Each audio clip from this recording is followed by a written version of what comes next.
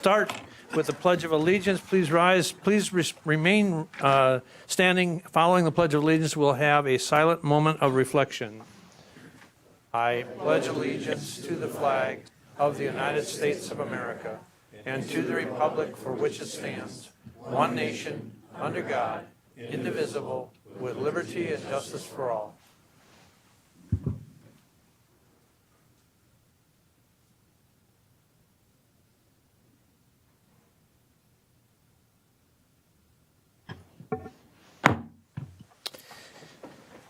Thank you. We will have the reading of the notice, please.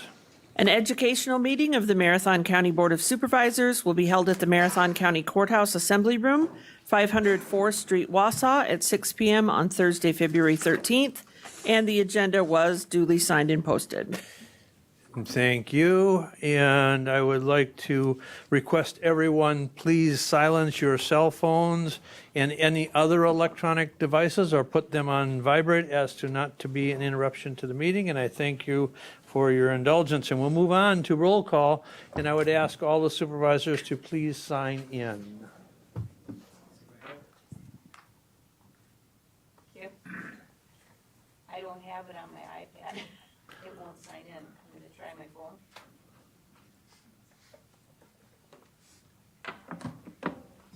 Otherwise, I can mark you present, and then I can help you get it up. Thank you.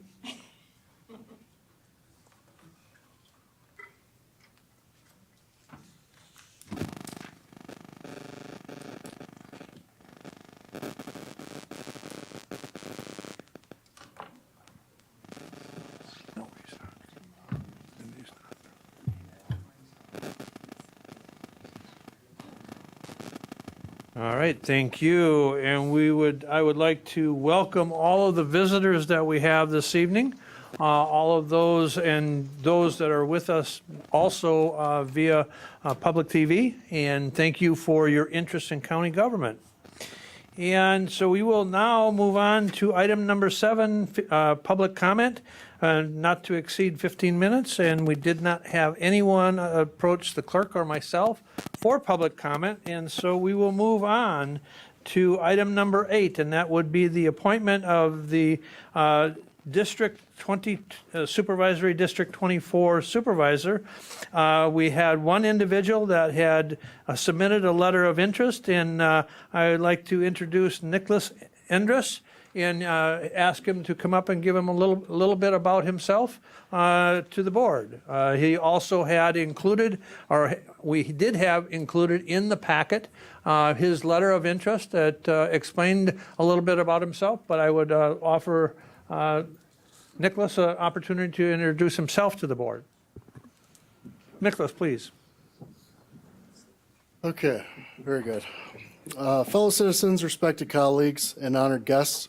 First, my name is Nicholas Endres, and I'm honored to be here today to share a little bit about my journey that led me to being here.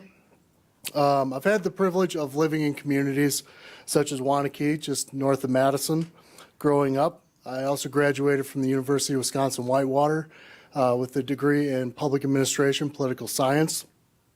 While I was there, I was fortunate enough to earn a collegiate national championship there successfully, and even the harder task of actually graduating, which I accomplished that as well. Just again, a little bit about my background. So Waunakee, it's a community known for its pride and tradition. It's a place where firsthand collaboration and commitment, impacted real lasting change. My father was a public servant in his own right for over 30 years. And so, oftentimes I joke that, my oldest profession is working in or with government. Fortunately, this is a paid opportunity, Dad. But with that being said, even in college, I was very much involved in politics and public administration, just really helping to develop and grow my community. Today I stand before you with a deep sense of gratitude and unwavering commitment to serve as your county supervisor for District 24 on the Marathon County Board of Supervisors. I will be representing Bevent, Frazen, Gunther, as well as parts of Mosinee and the town of Knowlton. This is not just a role, it's a responsibility. It's a duty to uphold the values of hard work, innovation, and economic prosperity that will help to grow Marathon County. First and foremost, I want to thank the people of District 24 for providing me with this opportunity. And it's not something that I take lightly, as you deserve a leader that's bold, decisive, and focused on results. And that's exactly what I intend to deliver. Marathon County has always been a place of opportunity. We have the resources, the workforce, and the entrepreneurial spirit, which helps to drive economic growth, job creation, and innovation. My priorities will be to support local businesses and to attract new industries, help to grow a thriving local economy, which means, stronger families and a better future for our next generation. I also believe that education is the foundation of our future. If we want to remain competitive, we must invest in workforce development. And really throughout my career, that's exactly what I've done. Whether it was with County Materials, Del Monte Foods, even working here at local nonprofits, everything that I've been doing has been to develop our communities, working in sawmills, forest products, being out there, piling green chain lumber. Again, everything that I've been doing has been helping to develop Marathon County and its people. Thousands and thousands of people, supporting our armed forces, providing economic opportunities for them, career development ladders into management and so forth. And so the road ahead, it's filled with opportunities, and together we will make Marathon County an economic model of success, educational excellence, and resilient leadership. And this is about advancing our shared values, growing our economy, and ensuring that every citizen has a chance to develop and grow in their community. So again, I'd like to thank everyone for this incredible opportunity. I know that the appointment isn't yet formal, but again, I'd like to thank my constituents and my colleagues for my opportunity to stand here today, and I hope for approval in your consideration. So again, thank you so much. Thank you. Thank you. So we will go on to, that item is scheduled for action. What is your pleasure?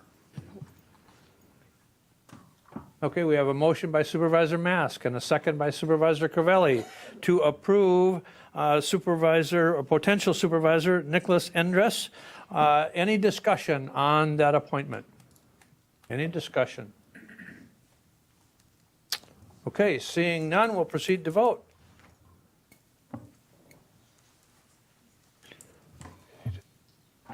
Supervisor Langenhan? Aye. Thank you, Supervisor.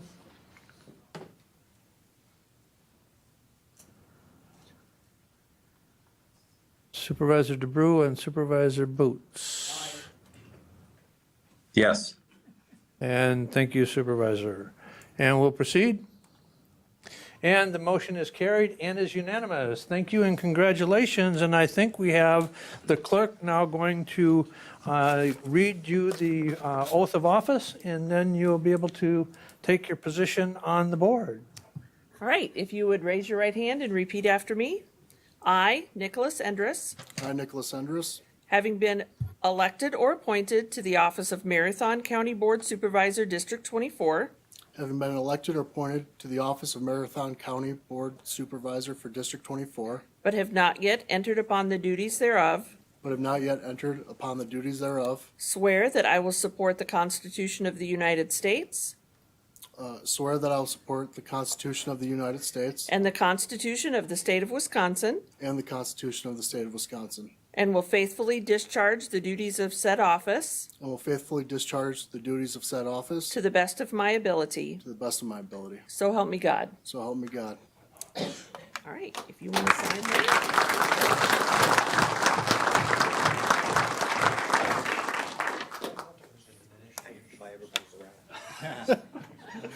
Take that and. Did you get open meetings on your phone? I did. forgot to ask.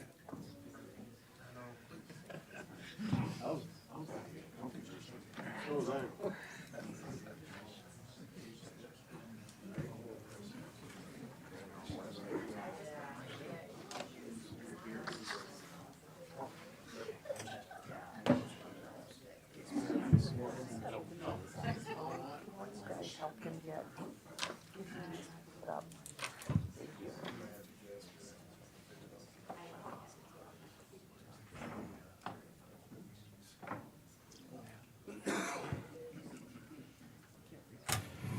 Okay, moving on to education and presentation reports. Any reports and/or announcements by standing committee chairs or designees?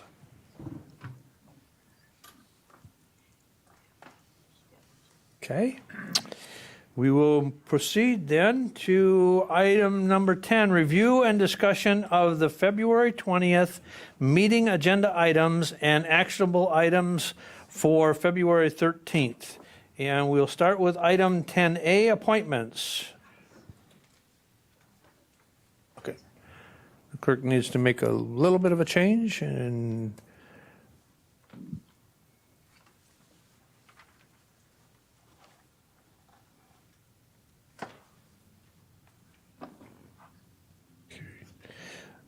appointments, item 10A1, 2025 emergency fire wardens. Appointing Jerry and Jody Block of Eddie's Bar in Athens and Jeff Kios of Charlie's Hardware in the town of Mosinee. Any questions on those appointments? Okay, we'll move on to item 10A2, Rib Mountain Metropolitan Sewerage District.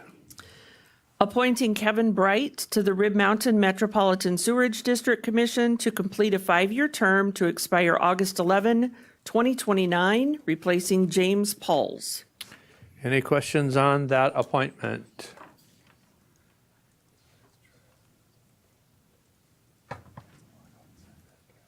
Okay, we will move on to ordinances, items 10B1, Town of Eldron, David and Brenda Kuhn, ordinance 0-6-25. Any questions on that Town of Eldron rezone?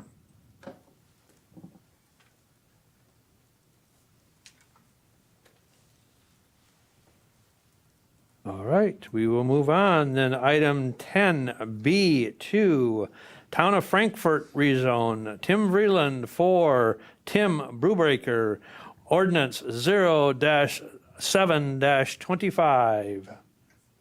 Any questions?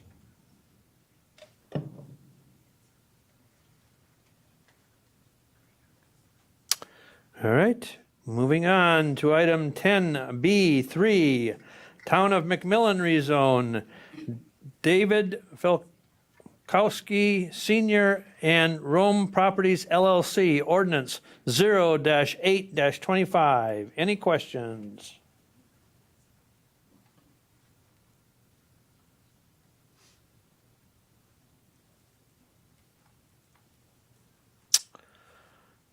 All right, moving on to item 10B4, ordinance requiring partial identification numbers, ordinance 0-9-25. Questions?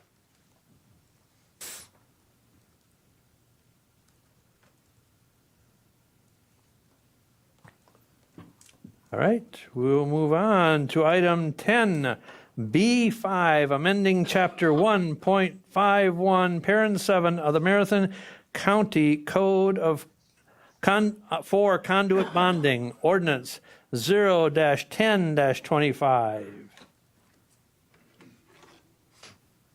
Any questions?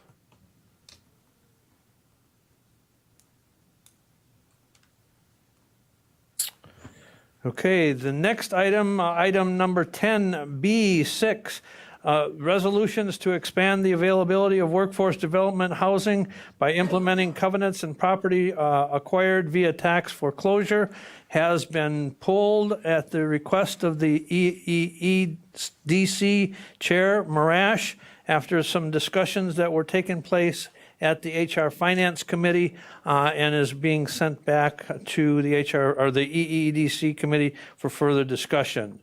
So the next item is item 10B7, increase the medical examiner's fee as permitted by state statute, ordinance 0-12-25.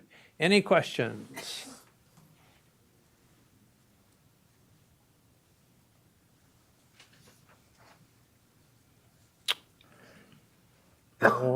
right, we will move on to resolutions. Item 10C1 from the Environmental Resources Committee. Item 10C1A, the Town of Weston Zoning Ordinance Amendment, repealing and replacing Chapter 24, Resolution 3-25. Any discussion, any questions?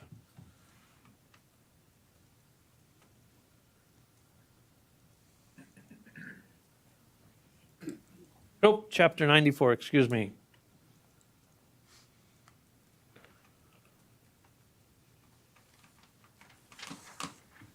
Okay, moving on to item 10C1B, Town of Wayne Comprehensive Plan Update, Resolution 4-25. In the packet, you'll note that this was a temporary or update, and it was a draft. We will have the final, the plan that for the packet next week, and it will be the final comprehensive plan as updated. But is there any questions on that update?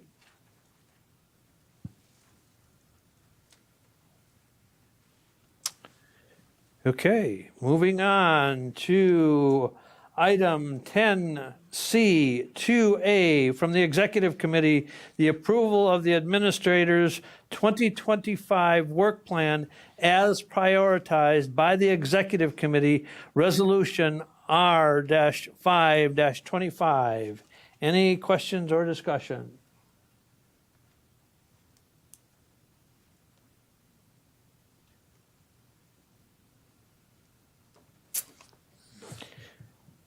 Okay, moving on from item 10C3 from Human Resources and Finance and Property Committee, a resolution, item 10C3A, a resolution to approve the expenditures to remediate health and human and health hazards at the former Northern Mobile Home Park located in Schofield, Wisconsin, resolution R-6-25. Supervisor Robinson, please. Thank you, Mr. Chair. I think the board would benefit from just a little background on this this issue. This is a long-standing issue that we've been dealing with at the Human Resources, Finance, and Property Committee, and at the request of the City of Schofield and Supervisor Conway, we've been looking at trying to abate some human health hazards associated with the mobile home park in Schofield, where it is basically it was shut down for violations of code and failure to comply with local ordinances in the city of Schofield. However, the problem persists in people were entering those mobile homes. There was asbestos there. There were a number of concerns. We did an asbestos study late last year, and now we're in the process of doing abating the problem, in essence, tearing down those mobile homes. This property is currently tax delinquent. They have until March or the end of February to pay their back taxes, or we'll take it through tax deed on March 1st.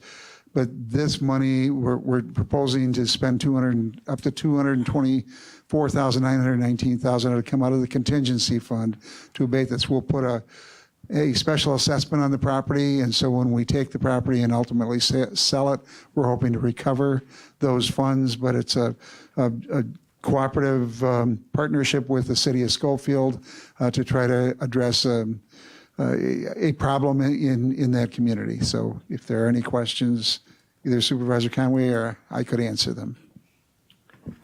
Again, this is a budget amendment included in the resolution as a budget amendment, and that does require a 2/3 majority vote. Any other discussion? Supervisor Seubert, please. Thank you, Chairman Gibbs. You mentioned that it was going to be a partnership. Is that a partnership to cover the cost? Is the county going to get stuck with the cost, or what's going to happen? We've been working with the City of Schofield relative to authorities. I think there have been a number of cases, but basically we are providing the funding. We would take the property, and I looked at Administrator Leonard. I don't have the exact amount of tax delinquents. 138,000. 138,000. The property has a value. Hopefully, we can recoup our investment in it at the time that is put back on the market. But we are paying the bill. One of the things that needs to be made clear is, one, it is a health and human health hazards, and so the county had to go to the court system to get approval to do the remediation that we're talking about here. And so we got authorization from the court system because currently we don't own the property, but the property is tax delinquent and potentially will be taken if those arrears are not brought up to date by March 1. Yeah. And I invite the Corp Counsel, Michael Purner, to give additional context. Sure, I can give a little background on the court case as well as some potential other avenues of recovery. So this case was the second time that the county's pursued a human health hazards order against this particular property owner. The first time was when it had active tenants at the mobile home park.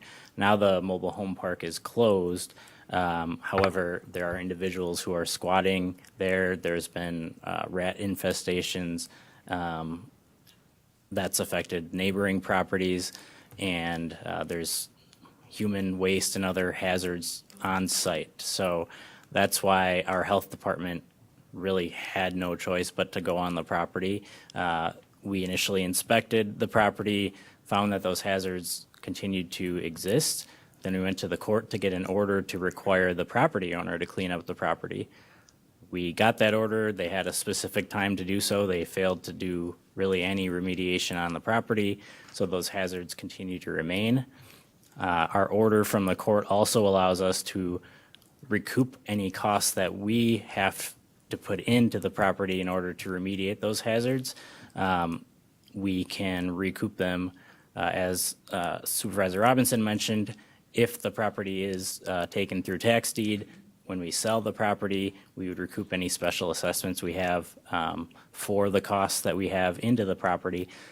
If that didn't happen, or if we needed to pursue other routes, we can try to collect through a civil action. We can go through tax intercept and other collection methods. So really, we have a whole toolbox of tools to collect at our disposal. The real impetus behind all of this was we need to remedy these human health hazards before they become not just a hazard, but actually, someone's health is directly impacted. Supervisor Hardinger, please. So we're putting 224,000 and change into it. What's the property value at?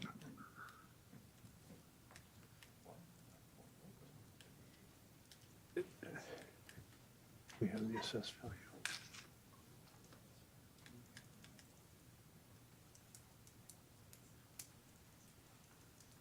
Well, while we're looking that up, I think there's two components to it, but the underlying property is the actual mobile home park. There's mobile homes on the premise that those are going to be removed because they are in a state of disrepair and actually are contributing to some of the activity that's taking place there. So those will be removed. I don't think there's any value in those mobile homes, but there is value in the underlying real estate. And the internet's not working, so we don't have that. We can get that information for you for next week. And if we've got it, we'll also provide it sooner in an email out to the full board. Other questions? Supervisor Seibert, please. Thank you, Chairman Gibbs. I'm in favor of this. I think there's properties in Marathon County. So is Marathon County going to take this under their wing to get those properties removed? A couple years ago, I went to the health department with two properties in my township, and I was told, well, if they want to live like that, they can. That's their right. And now all of a sudden, it gets moved forward, So, I mean, what does it take to get a property on that list that action will be taken? I would refer to Corp Counsel. I think it relates to whether or not there's a human health hazard in order for some corrective action to be ordered either by the court, and then if not followed by the property owner, would be the next step from the health department. Right, so the key is that the situation on the property has to create an imminent risk of death or serious bodily harm to an individual. In this particular case, we had a lot of evidence of that.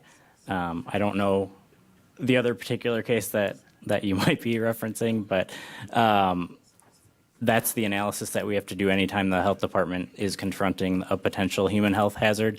The hazard has to be imminent, and it has to create a substantial risk of death or serious bodily harm. So really, that's the key legal point. If I can add one other thing, I think you bring up, and I don't know that property either, but again, thinking about this property, there are really two concurrent tracks that Supervisor Robinson referenced, right? We have the human health hazard piece that Mike laid out, but also, as I know we've talked about at a number of committees, the need to clean up and address kind of the backlog of delinquent properties. I would assume, perhaps you're talking about Supervisor Soibert. We have a lot of properties that perhaps are in disrepair that are on that list. So we have those two concurrent pieces we're trying to work through. And the commitment that I shared yesterday at HR Finance and Property, and Mike alluded to it today, is there are a lot of different tools.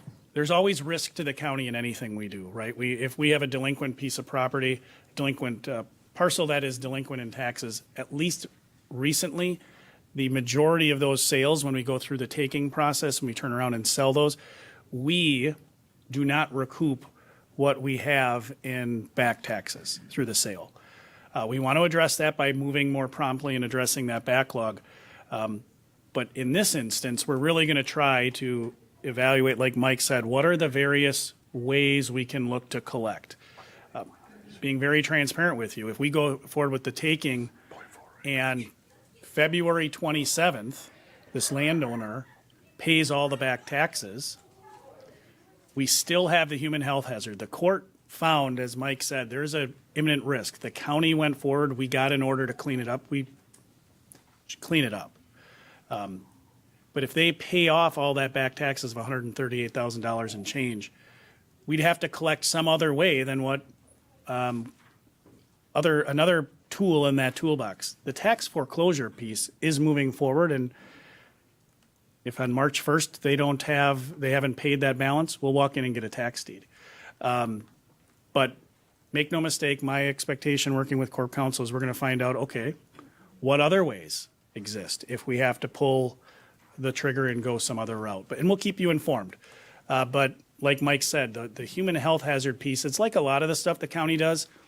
Child Protective Services. I'm sure everyone in this room has a contemplation of what appropriate parenting is. We don't get involved. The government doesn't get involved when people are not parenting appropriately. You have to fall below a bar that is set by statute and administrative code, similarly to what Mike just laid out. We have standards. We can't get involved in every case where you or I might drive by and say, geez, that property is in disrepair. It's got to meet the criteria set forth by statute. It's another one of those occasions where we are an arm of the state. The state sets what the expectation is. As Mike said, I mean, if you looked at some of the pictures in the HR Finance and Property packet over the last several, it's quite a number of months ago, actually, it's very troubling. Law enforcement in Schofield has been dealing with this for a long time. This is not something that's new. These trailers are in a very, very bad state of repair. So to get back to Supervisor Hardinger's question, the parcel is 7.4 acres, and an estimated fair market value based on the current property tax slip is $1,161,500 of valuation. Supervisor Conway, please, next. Yeah, so, and this is not out in the boonies somewhere, this is in the middle of town. If you drive 5 minutes south, that's where it is. If you know where the Eagle's Nest Family Restaurant, it's right across the street from this parcel that is a breeding ground for rats. So there's some expediency needed with this one. Mountain Bay Metro has found children playing in there. There's needles, broken bottles, buckets of literal human feces. We've been in Schofield fighting with this property owner for many years. And he's now owes $138,000 in back taxes. The last time he tried to pay a payment was $500 to try to kick it down the road a little bit. So unlikely he's going to pony up everything by the end of the month. But even still, like you said, we have other options. So. Okay, Supervisor Hardinger, please. Thank you. So that 1 million, is that selling it as we would raise it and keep the utilities and sell it as a possible development for another park, or as bare land? Well, the parcel is in a process of being, the utilities are being disconnected and Okay. capped. And the utilities, the utility companies are taking their property off of the mobile homes themselves. And so, and then the mobile homes will be taken out to vacate the property. So then it would be sold to whoever wants to develop that property in whatever way they choose to. Okay. That the zoning would allow. Thank you, Mr. Chair. Absolutely. Any other questions?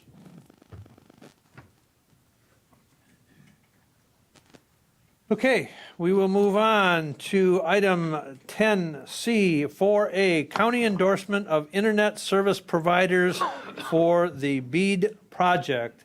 And we have with us on WebEx, we have representatives from Bertram Communications, Mosaic, and also Bug Tussle, the three potential service providers that the Broadband Task Force, in looking at the process for BEAD, has made a recommendation to move forward and have county endorsement. Supervisor Robinson, please. Thank you, Mr. Chair.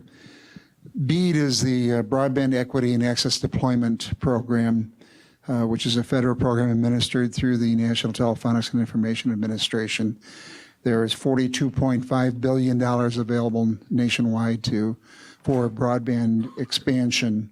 Wisconsin's share of that is $1.055 billion, and that's to go to trying to provide access to people that are unserved or underserved. Underserved is below 100 megabytes by 20, up and down.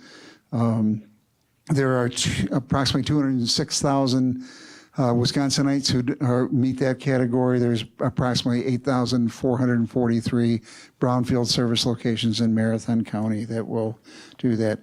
The Public Service Commission submitted a plan to the National Telephonics Information Administration outlining how they would propose to go about distributing those funds to provide service to all of the residents in the state. And that is driving a process right now where the three parties that have joined us tonight, along with others, have looked at it. There are approximately 105 internet service providers in Wisconsin.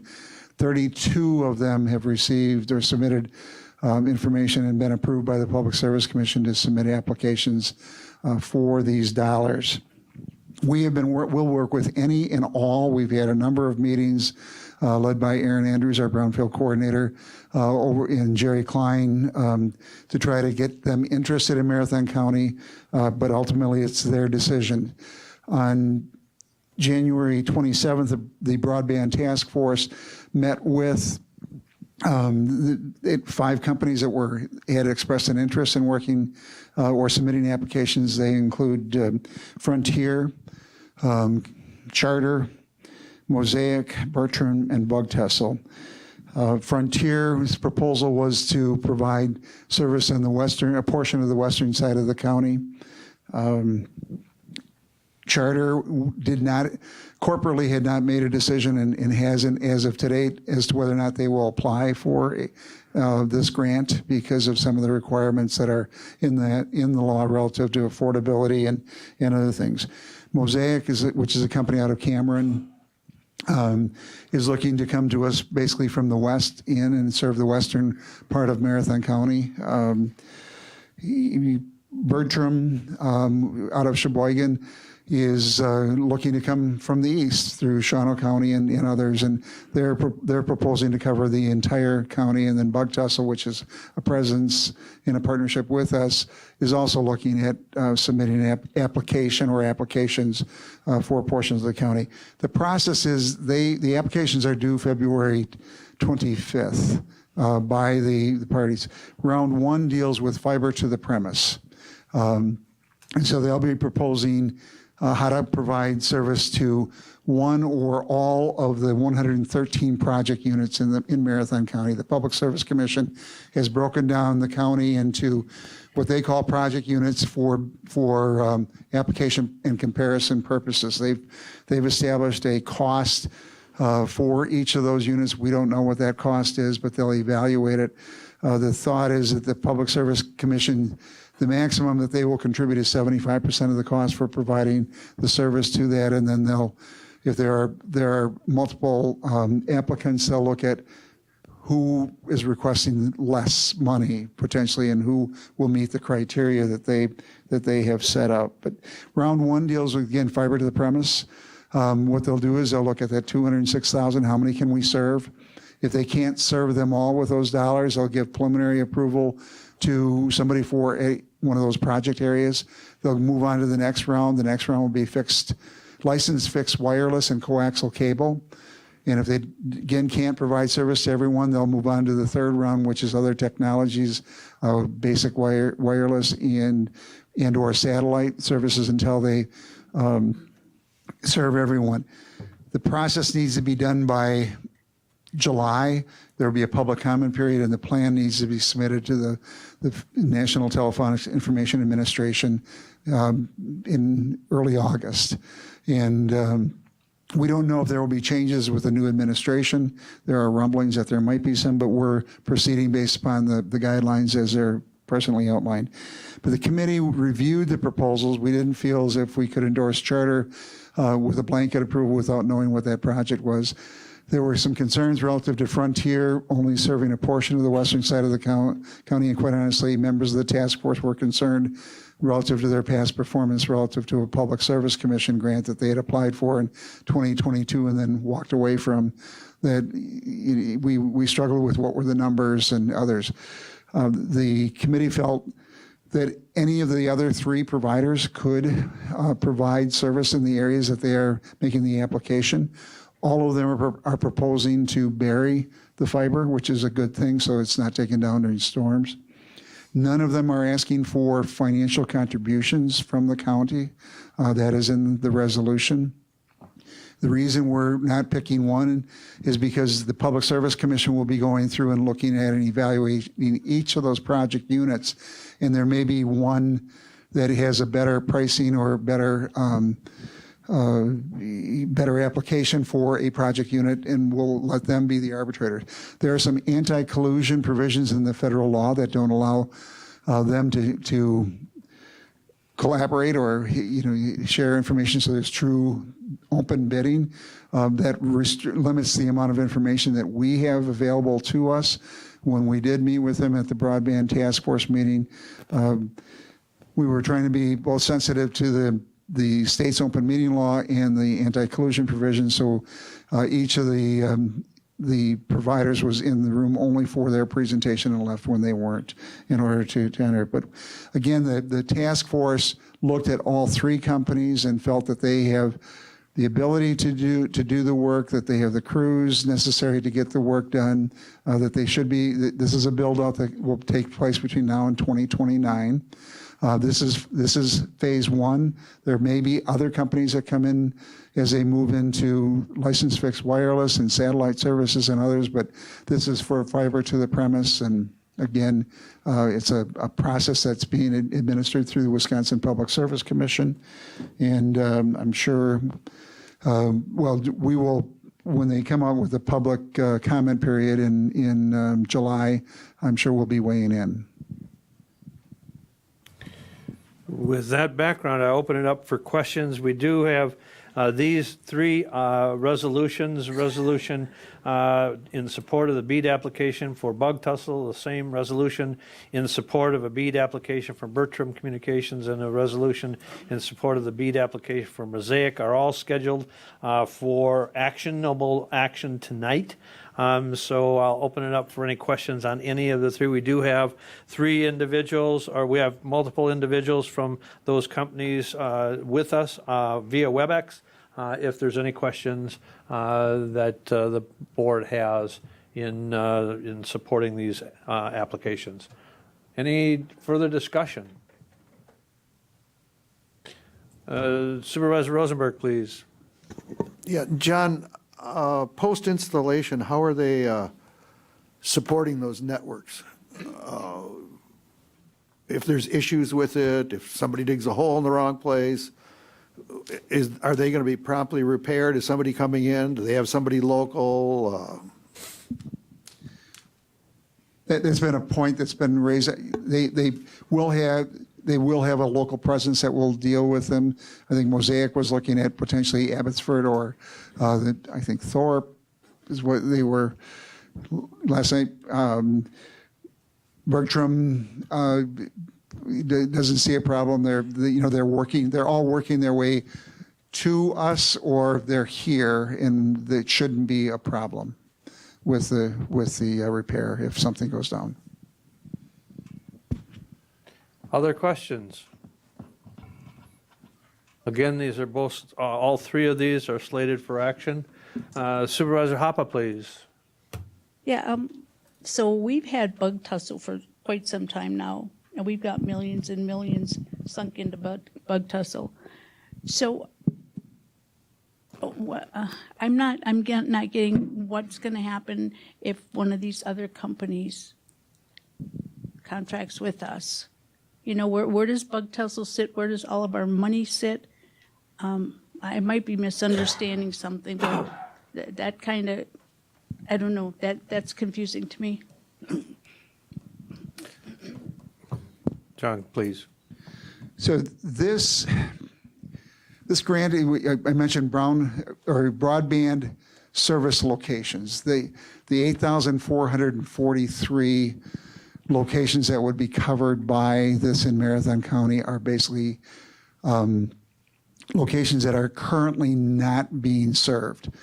There are a number of programs that are underway right now that have reduced that number. For instance, Charter has a Rural Digital Opportunity Fund. They're doing some work on the eastern side of the county. Those, though, if there's an approved source of funding, they are considered served. So Charter is served. TDS has some money through an ACOM dollars for telcos to build out. Those areas are considered served. People may not have internet right now, but they will. Bug Tussles, fiber footprint is considered served.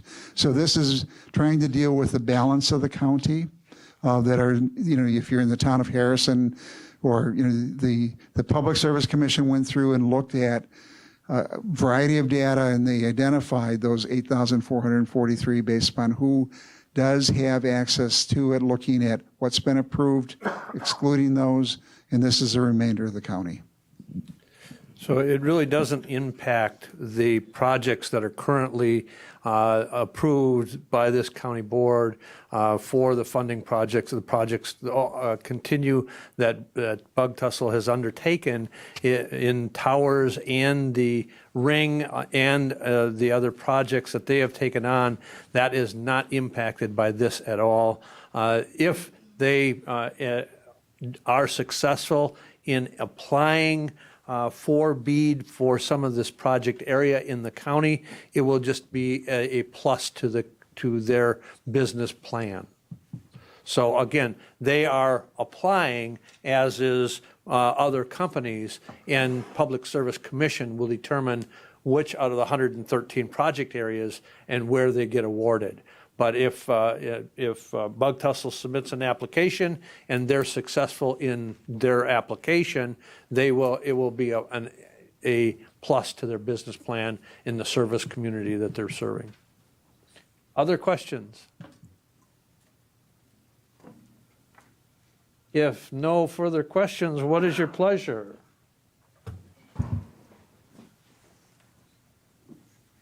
A motion by Supervisor Mask and a second by Supervisor Robinson to approve the resolution in support of a BEAD application for Bug Tussle, Resolution 7-25. Any further discussion on that resolution?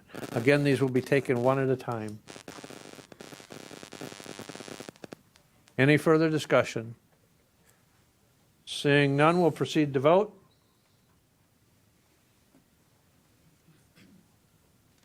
Supervisor Langenhan, please. Yeah. Supervisor Langenhan, aye. Oh, we else got it. Aye. Supervisor DeBrew, aye.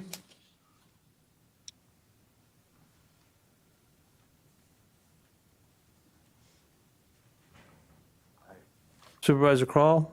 Aye. Thank you. Supervisor Rosenberg? Oh, we've got it. Thank you. We'll proceed. And the motion is carried and is unanimous. Thank you. We will move on to item 10C, 4A2, a resolution in support of the BEAD application for Bertram Communications, Resolution R-8-25. Motion by Supervisor Drabek and seconded by Supervisor Vice Chair Dickinson. Any discussion on the motion? Any discussion? All right, seeing none, we'll proceed to vote. Supervisor Langenhan? Aye. Aye. And Supervisor DeBrew? Aye. Supervisor DeBrew, aye. Supervisor Langenhan, aye. And we'll proceed. And the motion is carried and is unanimous. Thank you.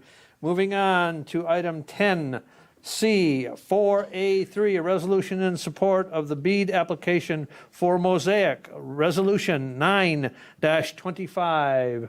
Motion by Hardinger, second by Supervisor Robinson. Any discussion? Seeing none, we'll proceed to vote.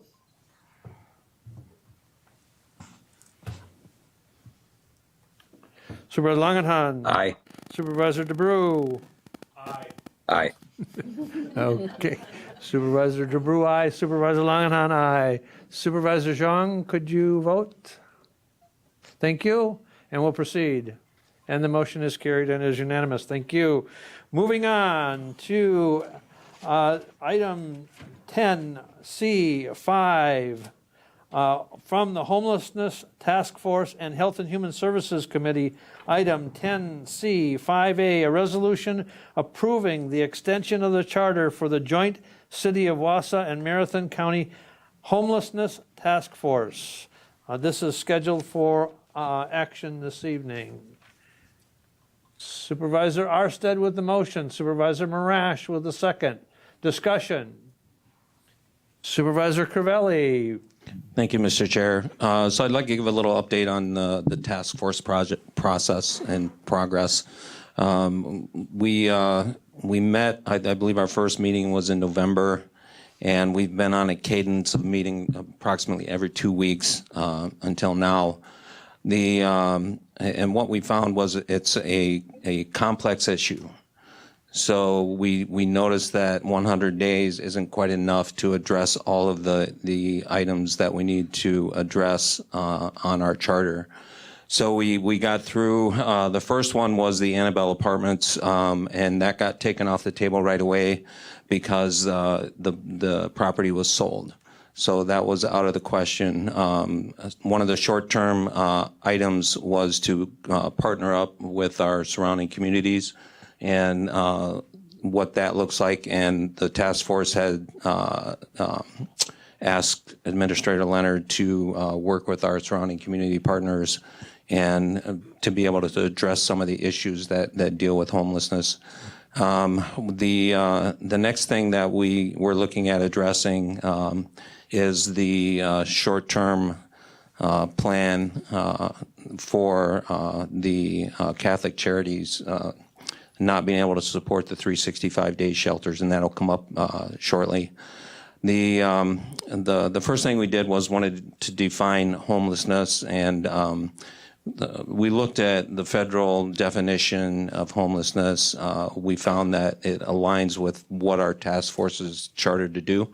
And Supervisor Conway was pretty instrumental in gathering a lot of data for the task force as well. The next thing we did was we wanted some measurements on what that looked like on homelessness for Marathon County.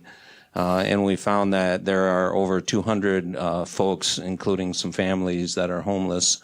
Not all living in the streets, but some are couch surfing, as we say, and moving from home to home without a home. Tracy Durante, who works with Chief Barnes on the City of Wausau as their homeless coordinator, works with the homeless folks directly. She's had some really good success on what she does with being able to get them into the services and some housing that's available. Now, granted, and we all know, and we've all discussed this in the past, that there is very little affordable housing available for anybody. And that includes folks that are homeless or on a fixed income. So it's very difficult for them to get into housing. Tracy does a really nice job supporting that, but she's only one person that works for Chief Barnes in the city.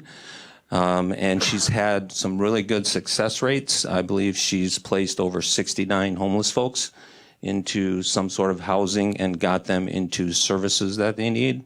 But there are many more that need that same type of direction and help. So what we're looking at doing for the extension is to look at the long-term goals of the task force and coming up with some direction for the county and how that partnership with the city looks. One of the things that I think we're for the football analogy people, we're in the red zone. So we're close to that goal line. We just ran out of time to be able to finish up that goal for that. So I would really like to have you take a look at some of the YouTube meetings that we've had for the task force. They're very informative, a lot of layers to unpack. It's not as simple as somebody just living on the street and needing a place to live or a job or, getting into services. It's not that easy. It's definitely not that easy, and that's what we found. Supervisor Conway, do you have any other comments? You good? Okay, thank you. And I would suggest listen to the HRF meeting yesterday. I think Supervisor Lemmer also has done a lot of research on that, and I thank her for that. She's had a lot of input and some data on a lot of things for that as well. So thank you. Okay, Supervisor Poole next, please. Sure, thank you. And thank you to Co-Chair Cavelli and Supervisor Conway and the rest of the task force on this. It's certainly a difficult job and a lot of work. I do have some questions, though, first, before we vote on extending it. First question is funding. It looks like the knee-jerk reaction is to go with public funding, have the county pay for it, have the city pay for it. Have there been alternatives, some thoughts about alternative funding? Beyond just the public funding. I know you're looking at trying to get other counties, municipalities to buy in, but what about state grants, federal grants, and more private funding through businesses, maybe the business community, or just philanthropic work? I read where San Francisco Mayor, the new one, David Laurie, his homeless plan has 75% private funding for that. Do we have a percentage goal for private funding for our homeless plan here, I would say? And if you're still working this out, that's fine. If you know it, you can maybe answer at the end. Also, it looks like you're hewing very close to the La Crosse plan, and there's some good things in it where, for example, coordinating things together, getting everybody on the same page, having a master list of people in the homeless community where, you can all work together and coordinate. When I was reading about Houston's model for homelessness, that's one thing they really emphasize too, in that the success they've had, they said that was very important as well. However, it does look like where these programs, a lot of them and, around the country fall off the rails is they seem to become too housing focused. And what I mean by that, it's only the housing aspect of it. Where they fall off the rails is they just, they don't have any requirement for homeless people to make an effort. And, it's good to get people off the street. But that's a Pyrrhic victory because it's not sustainable. If you're looking at what success looks like, I think you want to look towards, and we talked about this a little before, housed and self-sufficient, independent is good. Housed and dependent isn't, because that's, that's problematic. To illustrate a little bit just quickly, and this is very simplified, but let's say you have a homeless population of 100 people, and then you get capacity for 100 to be housed by 100, so you reach functional zero. The problem is that the drivers of homelessness, are still there. So the next year, you have 100 more people come in, and let's say that first 100 group, you have 50% being self-sustainable. They get off it on their own, which is great, which we really want. But you have 50, so you have 50 that way, and then you still have 50 left that are dependent. You have a new group of 100 coming in, and then all of a sudden you have a housing shortage again, another crisis. The crisis is getting worse. We need more funding for that. So then the following year, the same thing happens. You need more, and you have 100 people dependent. And then the next year, 150 people dependent, and you're just needing more funding. Pretty soon, you're going to be running out of other people's money. So I think a way to mitigate that is just requiring for eligibility, or consider this a commitment, maybe what you could call a commitment first model, having them commit to go through the services and try to be self-sufficient. I think we should have a very strong safety net for the elderly, the disabled, and kids. And for the able-bodied, though, we want a safety net. When they hit it, it helps lift them back up. And they don't get tangled up and, kept down. But in order to rise, they have to want to rise. They have to commit to that, and that's what we should emphasize. I mean, that should be the North Star of this program, trying to get people self-sufficient, and that's really where we should be going. Finally, then, and this, I'm still struggling with this. I don't know about it, but I think for consideration, a residency requirement, or for those who buy, other counties who buy in will be eligible for, just eligible for non-emergency services. Here's the question I have, and I would love to hear if any of you other supervisors can answer this, but why should the taxpayers of Marathon County be paying for the homeless problems of other counties when those counties are just as capable of funding it as we are? So consider that. And, again, I appreciate your work. Just some considerations for going forward. Yeah, thank you, Supervisor Poole. All great questions and considerations. We did address a lot of those and discussed a lot of those that you're talking about. One of the things is that, and I would suggest that if you haven't already, take a look at the January 8th task force meeting that the city and county of La Crosse presented their Pathways Home program. It's a good program, but I think that Marathon County would have to probably adjust to what Marathon County looks like, right? So the one thing about the other counties coming in, we do have other folks coming in from other counties, but according to La Crosse, it's very, very minimal, and they can address it pretty quickly with their program. So it's really not a tax on their system. If you listen to their January 8th meeting, as far as the funding goes, we can talk about that when we talk about the resolution for the funding aspect of it as well. The wraparound services, Tracy does a really nice job at getting those wraparound services together. The problem with our services that we provide for Marathon County through North Central Healthcare, we can't force somebody unless they're breaking the law or a danger to themselves or other people to take those services or force them into those services. It's just not an option. We can't infringe upon their rights, their constitutional rights. So that's one thing that we discussed as well, what that program looks like. There are programs that we partner up with nonprofits, Bridge Street Mission,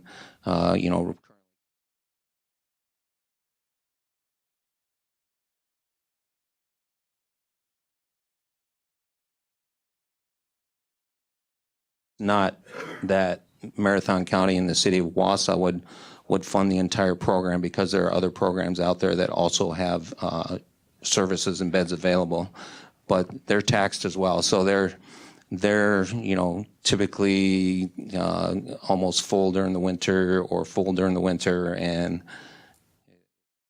a growing issue, like Supervisor Lemmer said yesterday during the HRF meeting. Yeah, and then just to clarify for the eligibility requirements, we have some great nonprofits in the community. We're fortunate to have it. I'm not saying they need to change their mission or anything like that, but for the public taxpayer dollars, that's public money, there can be some strings attached to that. That's what I'm saying. Right. Thanks. Okay, before we go on, I do want to inform the board that item 10C, 5C, and item 10C, 6A, at the request and having discussion with the Chair of Health and Human Services, those two items are being pulled after the discussion that took place at HR Finance Committee meeting yesterday, and the task force is going to be reviewing those requests at their February 19th meeting, and depending on their recommendations, the HR Finance Committee meeting may be potentially had, and potentially is relatively scheduled or potentially scheduled for the 20th, and possible recommendation on those two items.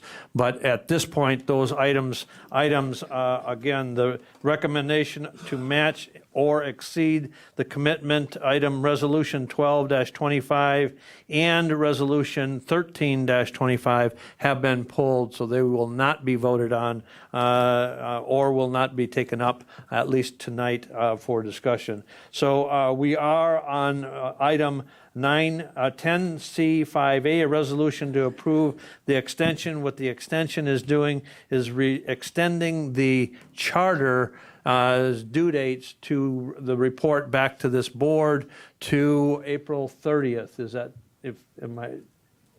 April 1st, excuse me, till April 1st.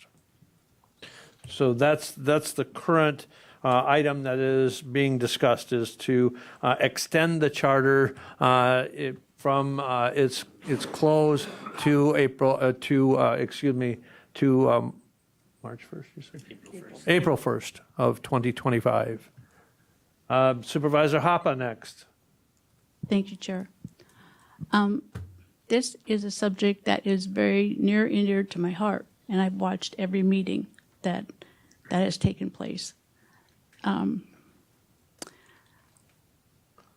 It just astounds me on how the problem is the same as far as there are a lot of homeless people, but it's so much more difficult to figure something out. I don't understand. I've been to so many point in time counts because it was my job. I was a caseworker for Catholic Charities for years, and I dealt with the homeless people every single day of every year I was there. I was part of opening the very first warming center, and out of all of these things, nothing is as difficult as what is being made to be right now. I'm just seeing so much bureaucracy that nothing moves forward. We had that homeless shelter opened, furnished, and running within a matter of a couple of months. We saw the need, we moved forward, we did it.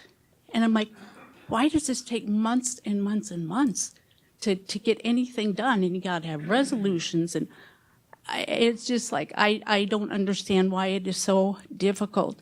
And if you think about it, these homeless people right now are out there freezing because this committee and the city can't make a decision. And oh no, we have to do all our paperwork first.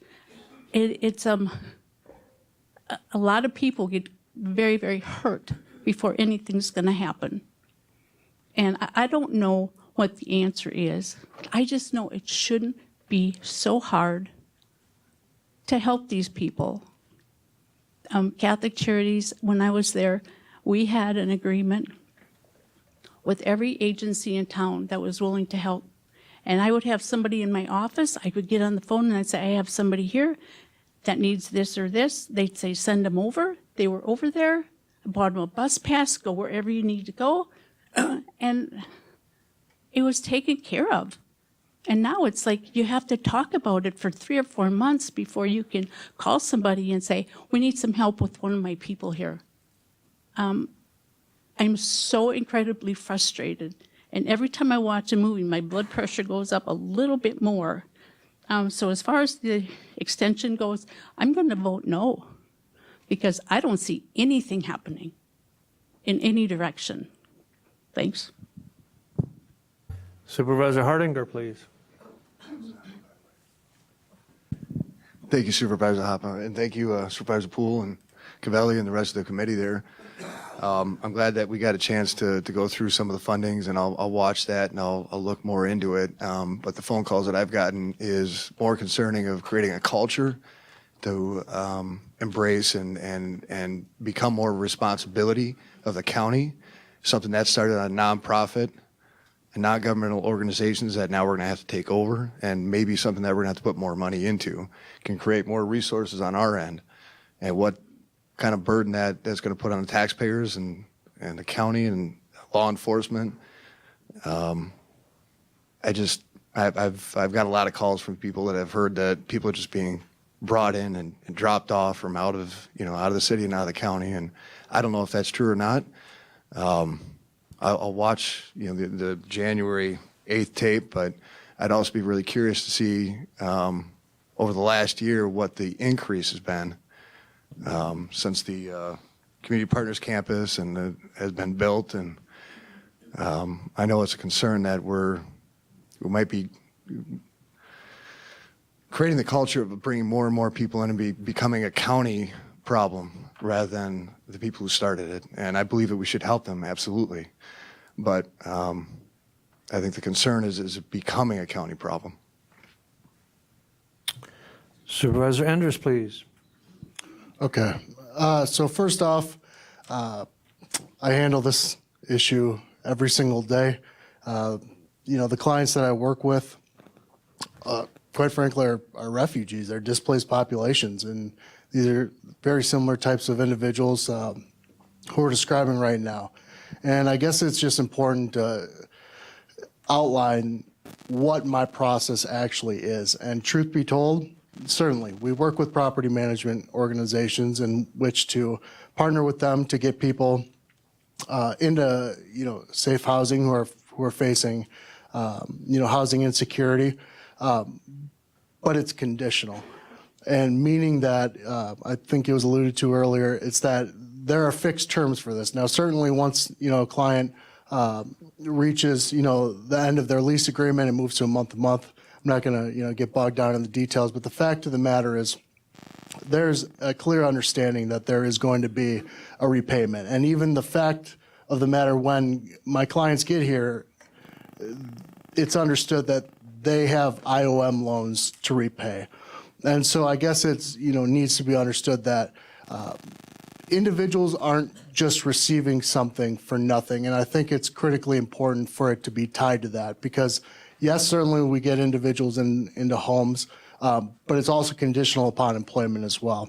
And so we have entire teams that I have mobilized in order to address this. And so we're talking about individuals getting them to job interviews, providing the interview prep, transportation to and from the place where they live. And so, I'm cognizant of the fact that when it comes to homelessness, there's a lot of factors that are involved, such as sometimes, mental health problems, undiagnosed mental health issues, or in instances of substance abuse and so on and so forth. And so, it has to be a holistic, comprehensive support structure in place. Also, the type of individuals that they're surrounded by, that's typically what ends up causing relapse. But the fact of the matter is that there needs to be a response team in place when somebody is in fact facing homelessness, because before they reach that point, there were a lot of things that led up to that in the first place. And all I'm saying is when, my team goes into effect for actual home management, we're outlining what their household budget looks like. We're outlining how much money that person's bringing in. We're matching them with employment opportunities that are going to allow them to, pay their rent, pay their utilities, so on and so forth. And we're connecting them with those services in order to, whether it be an organization like a Catholic Charities or a W-2, what have you, that there is that financial support. Because at the end of the day, if I have people, quite frankly, living on the street, everyone here and within the surrounding community are going to say, Nick, what the heck happened here? And so all I'm saying is I'm not in a position to allow that to happen. And so fact of the matter is I first start off with employment. Yes, certainly housing. We're working with the property management companies to, put them into an affordable home first and foremost. But also my employment team is working directly with that client to ensure that they're receiving an hourly wage or a salary that's going to allow them to, quite frankly, afford what they have. And so I guess, when it comes to, this initiative, I guess that's all really what my real question is in terms of what kind of actual infrastructure is there? Is there a response team that, mobilizes the second that they're aware of somebody who's fallen into this situation? Because that's what it's going to take to meaningfully address homelessness, because that's what I do every day. Okay, Supervisor Jensen, please. Thank you, Chair. I had a question on the schedule for this topic coming up. You mentioned next week going through HR Finance. Would this topic for county funding come up at the 20th meeting, or would that be pushed out to next month? It's potential, depending on the recommendations from the homelessness task force and potentially the action by the HR Finance Committee next week's meetings. It may be on the agenda, the financing portion, the two resolutions that I alluded to that are pulled may be back on, or will be back on the agenda, but they may be, if they aren't forwarded through HR Finance, they will be moved to the following month. But the extension is something that's being taken up now, and then the amendment to the charter to add an additional individual to the charter is the other item that's for action this evening. Okay, thank you. A few more things. So I am in support of the extension. If we're going to have a good solution, it needs to be well thought out. And, as Supervisor Cavelli mentioned, we're so close to having that. So before we put any thought into taxpayer money going into this, it needs to be a well thought out process so that we're devoting funds to the right place. So I'm very much in support of that extension. When it comes down to the funding side of things, though, I do have some reservations, and I agree with Supervisor Hardinger and Supervisor Poole. When we look at how we got to the 2025 budget, where we landed, we took from our general funds and clawed in $1.6 million to offset and neutralize the tax increase. That's something we're going to have to face this year. And we need to figure out what we're going to do with that. Are we going to pull back other services? I'm sure we might get some additional revenues and things that'll help us with that. But we haven't talked about that process yet. So before we commit $200,000 or more in additional spending, we really need to take a look at what we're going to do for our future budget, try to reconcile that, because I'm also having other conversations with, my constituents, and they're concerned about their taxes. They're concerned about the way the county is headed. And if we tell them everything stays status quo on the spend, plus we're adding 200,000 for this, plus we're adding 150,000 for that next topic, they're going to see that rise on their tax bill. And we're going to have to deal with things like inflation. We're going to have to deal with things like wages and benefits and cost of things going up. So that 1.6 that we offset is going to continue to grow. So we need to be really thoughtful about what we're doing with the county budget. So thank you. Supervisor Corvelli, please. Yeah, and I appreciate all the comments. And I think that the first thing and task at hand is to look at approving the extension for this, because if we don't have an extension, we're dead in the water. We will not be able to move forward. The city has been working on this problem for, I believe, over 10 years now, and it just keeps getting kicked down the road. So the task force is made up of both city, county, nonprofits, Chief Barnes, and the health, North Central Healthcare Center representatives. So we do have a really good task force, and if you listen to the meetings, you can tell that everybody's passionate about this as well. We don't want to kick the can down the road again. We want to make sure that we come up with a good resolution on what that partnership with the city looks like, because that's our charter. Our charter has come up with that partnership and what that looks like. And I think that, if we can extend this till April 1st, we can take a look at what that looks like. So the one of the big things that Supervisor Conway has been working on is that RFP and what that looks like. And he's done a really good job at putting that together, and I think you'll be surprised at what that looks like next week. So I appreciate everybody's comment. I really encourage you to vote yes on this, because we just need that short amount of time to finish this project up. If you look at our vision says to be the healthiest, safest, and most prosperous county in Wisconsin. So this task force drives to all of those things in that vision. So I encourage you to vote yes on this. Thank you. Supervisor Boots, please. Yeah, so I just wanted to kind of try to move this along a bit. We're voting on extension of the charter. That's what we should be discussing. There's been great conversation, but this is stuff that the task force is talking about currently, so let's give them the time to do that. And then we have 5B, which will be voted on again tonight, but 5C and 6A, per what Chairman Gibbs said, but there's been discussions where people were asking questions. Finance was a little uneasy with the way it was. So I think we give them the time to come back so this board has a little more info before we vote on those two items. But the two items tonight are just basically giving these people the time and the amendment for the charter. That's all we're really discussing tonight. So thank you. Vice Chair Dickinson, please. Thank you, Mr. Chair. So I have three questions that relate to the extension and the charter. So the first is, it's a joint task force, so is the city of Wausau required to extend their charter? And have they? And does that present any issues if we extend and they don't? That's the first question. Supervisor Conway? We did get communication that Becky is going to is asking the mayor to put it on the next city council meeting. So assuming they say yes, then that side is matched. Okay. And I'd invite the Corp Council to the discussion. Just from a legal perspective, if we extended it and the city of Wausau didn't, then it wouldn't continue because it's a joint task force. Thank you.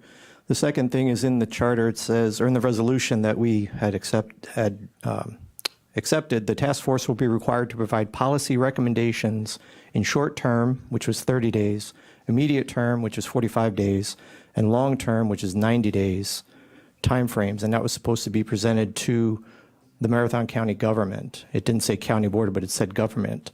So the 30 days was for the Annabelle Apartments analysis. The 45 was for local municipality resource sharing based on demographics.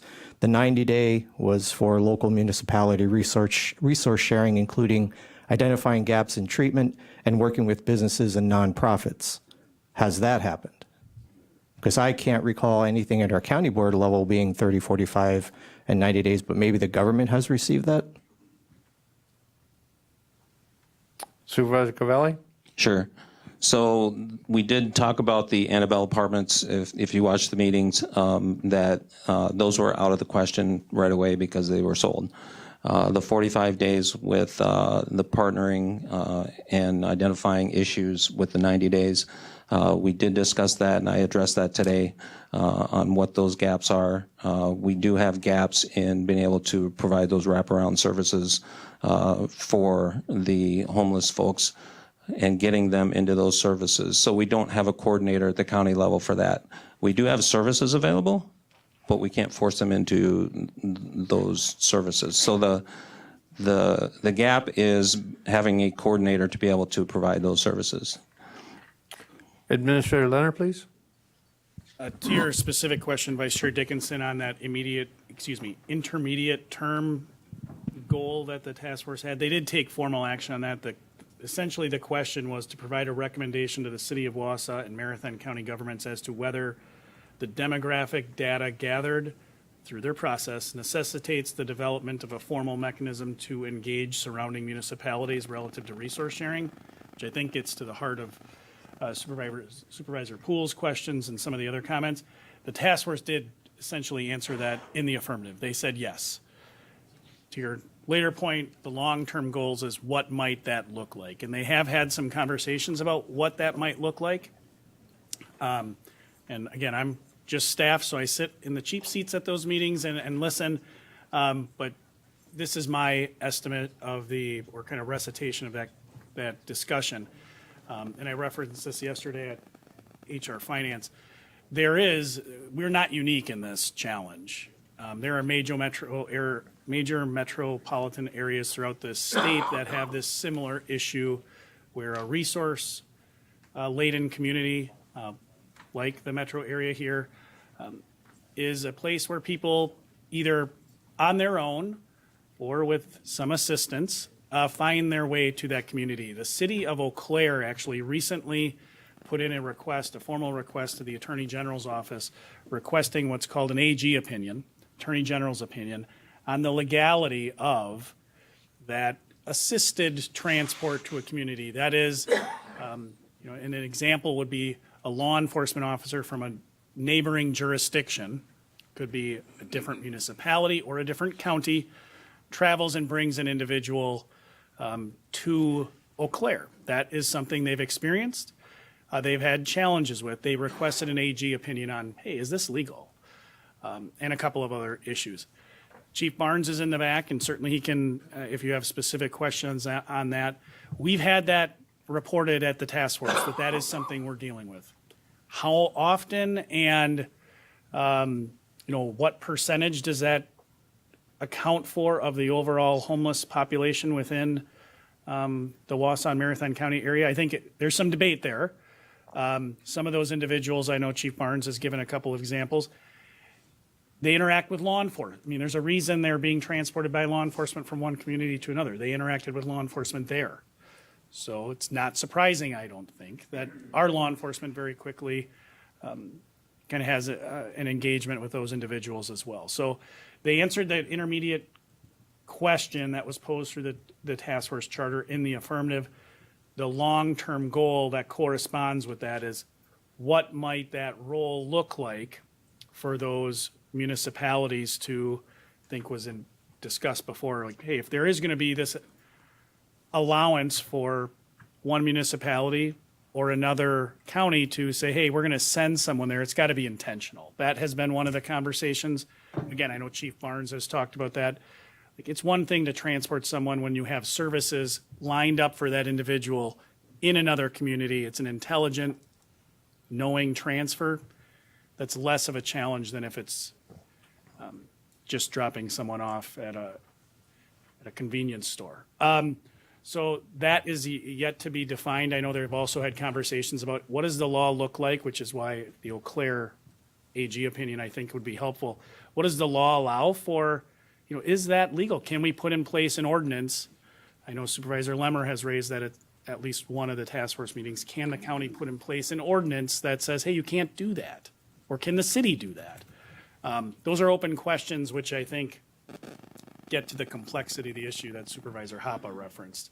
There's a lot to this, particularly if the government is going to be involved. So to your specific question, Supervisor or Vice Chair Dickinson, they did answer that question in the affirmative, but a lot yet to be defined in terms of what that role with local governments look like. Just one more then to finish up. Thank you both for the information. And the last one is I've listened to I've been in these meetings all week, so I've listened to the presentations, I listened to Chief Barnes, et cetera. I've heard very little about the role of the business community. I've heard a lot about talking about Catholic charities, whether they're good or bad, things they've been doing good and things not so good. But haven't heard really a whole lot either about the other municipalities' role, the other nonprofits' role, or the business role. And that is within your charter for 90 days. And 90 days is next Wednesday. And these are supposed to be policy recommendations. So I appreciate understanding that there's a concern. I think we all know there's a concern. But the task force has a responsibility to deliver information, and I would think more than just in a meeting or at the task force, but it should be to the government, it should be to the county board. So that would be my recommendation. Thank you. Okay, any other discussion? Again, we are on item 10C5A, and that's a resolution approving the extension of the charter for the joint City of Wausau and Marathon County Homelessness Task Force. Resolution 10-25. I have a motion by Supervisor Arstead and seconded by Supervisor Marash to extend that. Any further discussion? Seeing none, we'll proceed to vote.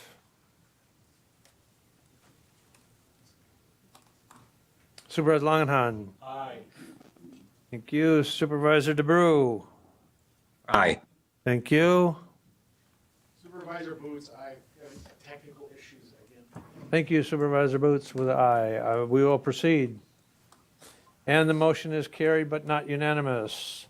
And we'll proceed to the next item, the item 10C5B, a resolution approving amending the charter of the joint City of Wausau Marathon County Homelessness Task Force.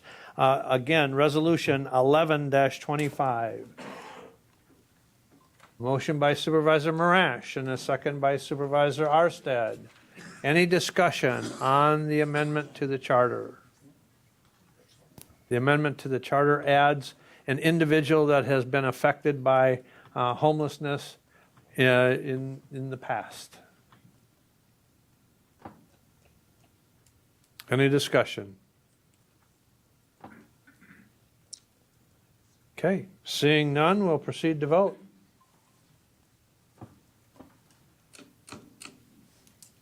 Supervisor Langenhan. Aye. Supervisor DeBrew. Aye. And Supervisor Boots.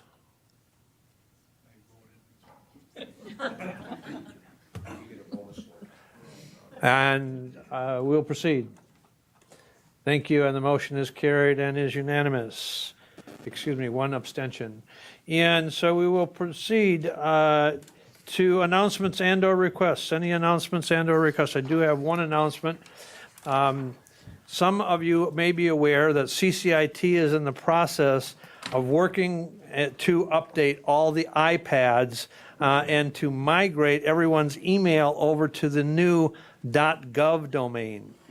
A few of you have already met with IT and had this work already completed. Over the next week, we need to get an update, the upgrade done for everyone else. Please help us out by doing the following.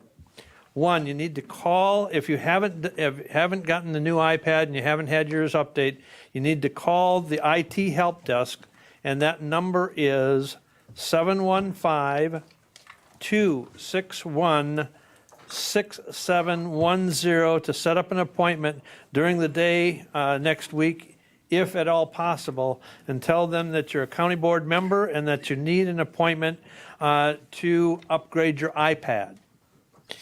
The next thing is, if you can't make that work with your schedule, you will need to go to the HR conference room at 5 o'clock this next week on the 20th. We will have IT here at 5 o'clock assisting individuals in that transition. And in preparation for that upgrade, you need to do some things on your iPad currently. And that is, you need to have all personal photos, documents, files, or Apple ID accounts on your iPad moved to a different device. It will not be able to, IT will not be able to help you move those items over on your iPad. Again, if you show up with at your appointment with those items, they will not move over. If you show up at your appointment next Thursday with the personal items on the iPad, they will be deleted. Again, county issue iPads are to be used for county board business and not for and not as your personal devices. So again, if you could, please reach out again to IT, and their IT help desk number, again, is 715-261-6710, and set up an appointment. It takes roughly an hour. So it's going to be, and there's only one individual working on this, and so if we have way too many people wait to try to do it next Thursday, it is not going to be successful.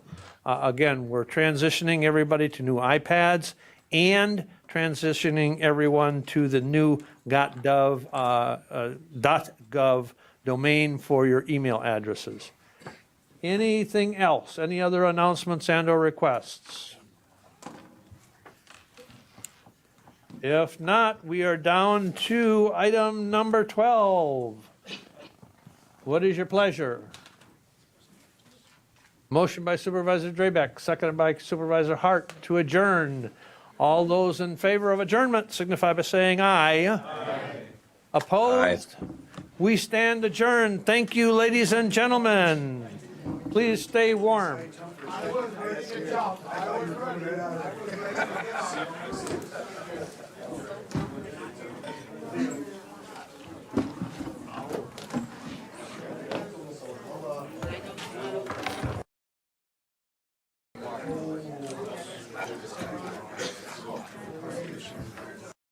Never did.